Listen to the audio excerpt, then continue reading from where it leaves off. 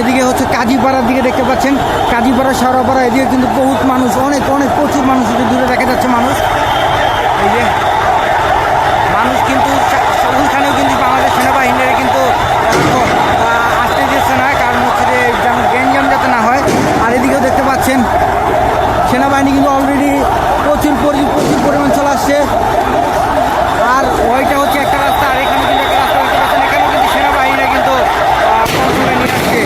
আর এদিকে কিন্তু auto fire চলতেছে দেখতে পাচ্ছেন, চারদিকে সেনাবাহিনী পুরো মিরপুর 10 নম্বর পুরো কভার করে ফেলছে বাংলাদেশ সেনাবাহিনীরা।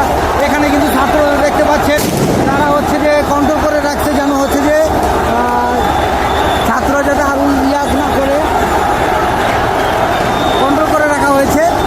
তো যেন হচ্ছে যে চত্বরের চারদিকে কিন্তু বাংলাদেশ সেনাবাহিনীরা কিন্তু চলে আসছে। আর এখানে কিন্তু অলরেডি বাংলাদেশ সেনাবাহিনীরা কিন্তু দখল করে নিচ্ছে দেখতে পাচ্ছেন, চারদিকে প্রায় অনেক প্রচুর পরিমাণ গাড়ি চারদিকে দেখতে পাচ্ছেন, চারদিকে শুধুমাত্র গোলা বারুদ। আর এখানে দেখতে পাচ্ছেন ট্যাঙ্ক কিন্তু অলরেডি নিয়ে আসছে বাংলাদেশ সেনাবাহিনী, কিন্তু দেখতে পাচ্ছেন ট্যাঙ্ক নিয়ে আসছে ট্যাঙ্ক। আর এখানেও একটি ট্যাঙ্ক দেখা যাচ্ছে, আর ওই পিছনে কিন্তু ডান সাইডে আরও কিন্তু ট্যাঙ্ক আছে।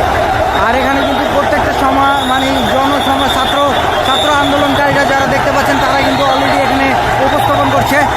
আর ওই যে দূরে দেখতে পাচ্ছেন ওইখানেও কিন্তু বাংলাদেশ সেনাবাহিনীরা কিন্তু বাংলাদেশ সেনাবাহিনী কিন্তু আটক করে রেখেছে।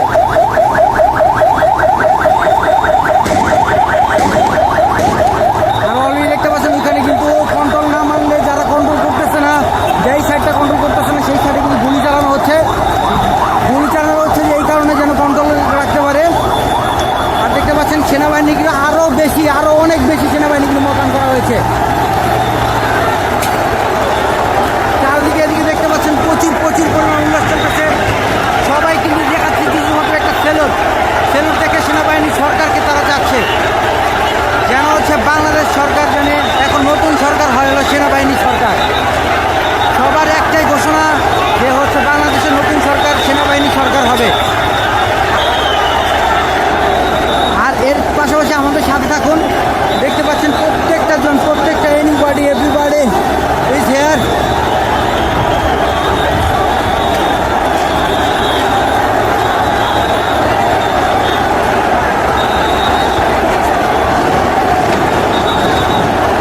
আর দেখতে পাচ্ছেন এখানে একজন যে হচ্ছে সেনা প্রধান, সে কিন্তু চলে আসছে, তার গাড়ি এটা দেখতে পাচ্ছেন। আর চারদিকে দেখতে পাচ্ছেন অবস্থা কিন্তু খুবই খারাপ। আর এখানে দেখতে পাচ্ছেন চারদিকে শুধুমাত্র ইট আর ইট পড়ে আছে, দেখতে পাচ্ছেন ইট আর ইট পড়ে আছে। আর ওই যে পাশে এটাও দেখতে পাচ্ছেন ইট পড়ে আছে। এখানে কথা বলার মতো কোনো ভারসাম্য নেই, চারদিকে এত পরিমাণ নয়েজ যা বলা ভারসাম্য রাখে না। আর এদিকে দেখতে পাচ্ছেন যে আগুন, এখানে ফায়ার আগুন জ্বালানো হয়েছিল দেখতে পাচ্ছেন। তো এখানে পুরোপুরি হয়েছে।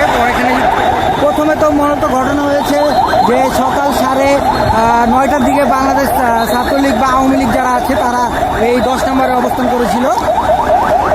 তার পরবর্তী হচ্ছে যে 10 নম্বরে অবস্থান করার পরে ওই দিক দিয়ে চারদিক দিয়ে হচ্ছে যে ছাত্র আন্দোলনকারীরা ঘোষণা করেছিল, ছাত্র আন্দোলনকারীরা এসেছিল। একদিকে ওই সাইডে ছাত্রলীগ আন্দোলন, এই সাইডে ছাত্রলীগ আন্দোলনকারীরা, চারদিকে কিন্তু এই সাইডে ছাত্র আন্দোলনকারীরা, আর ওদিকেও ছাত্র আন্দোলনকারীরা, চারদিকে ছাত্র আন্দোলনকারীরা কিন্তু অবস্থান করছে দেখতে পাচ্ছেন আপনারা।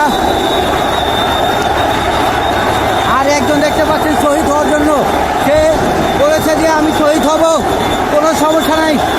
দেখতে পাচ্ছেন কে ওটার উপর গেদা।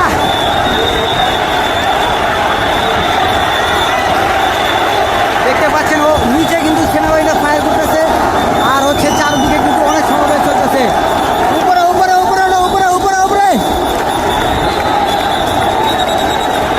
দেখতে পাচ্ছেন কিছুদিন আগে যখন পুলিশ বক্স জ্বালিয়ে দেওয়া হচ্ছিল, এটা সেই পুলিশ বক্সের অবস্থান। আর এই দেখতে পাচ্ছেন চারদিকে কিন্তু আগুন ধরে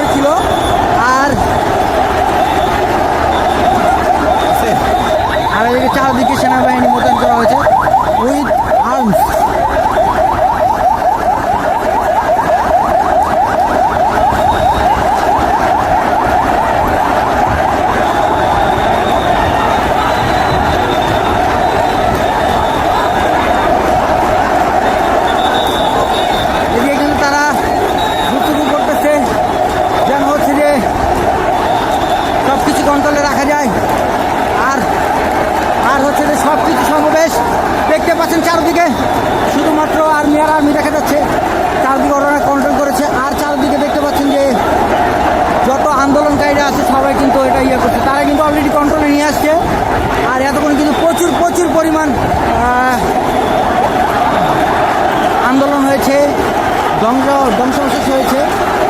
তো দেখতে পাচ্ছেন তাদের কিন্তু একটাই দাবি, বাংলাদেশ সরকার সেনাবাহিনী দরকার। তাদের কিন্তু একটাই দাবি, বাংলাদেশ সরকার সেনাবাহিনী দরকার। এখন আবার দেখতে পাচ্ছেন তারা শুধুমাত্র বাংলাদেশ সরকার হিসাবে সেনাবাহিনীকে চাচ্ছে।